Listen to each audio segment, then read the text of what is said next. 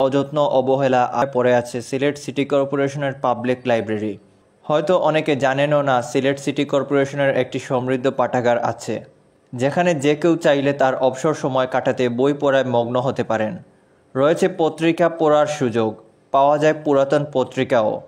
নগরীর কিন ব্রিজের নিচ দিয়ে সুরমাপাড়ের তোপখানায় লাইব্রেরিটির অবস্থান। তবে বোঝার কোনো উপায় নেই এখানে লাইব্রেরি আছে। বিল্ডিংয়ের গায়ে সিলেট সিটি কর্পোরেশন পরিবহন শাখার সাইনবোর্ড ঝোলানো, নিচে চলছে গাড়ি মেরামত কাজ। বিল্ডিংয়ের 3 তলায় খোঁজ মিলে সিলেট সিটি কর্পোরেশনের পাবলিক গ্রন্থাগারের।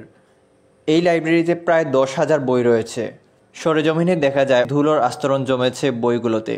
মাঝে মধ্যে 2-1 জন পাঠকের আনাগোনা থাকে। লাইব্রেরিয়ান জানান, এখানে অনেকে বই উপহার দিয়ে থাকেন লাইব্রেরির জন্য। লাইব্রেরিয়ানের সাথে কথা হলে তিনি বলেন, আসসালামু আলাইকুম।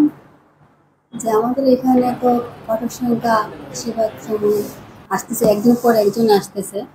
তো যেমন 30-35 জন হয়ে যায়। আর হ্যাঁ, কারণ এটাতে একসাথে ধরুন আসে 16-17 জন। আর এরপর তো ধারাবাহিক একজন পরে, কারণ তার একসাথে তার স্কুলের মতো না, একজনের পর একজন আসে, দুজনের পর দুজন আসে, আবার চলে যেতেছে, আবার এরকম করে আসে। এরকম তেমন আমি আশা করতে কি তুমি একটা দেখিনি, মাঝখানে একটা আসছিল আমাদের পাইলট স্কুল থেকে কয়েকজন ছেলেরা। আর বেশিরভাগ তো এই ভার্সিটি লাইফে ওগুলো আসে, আর পত্রিকা পড়তেও আসে।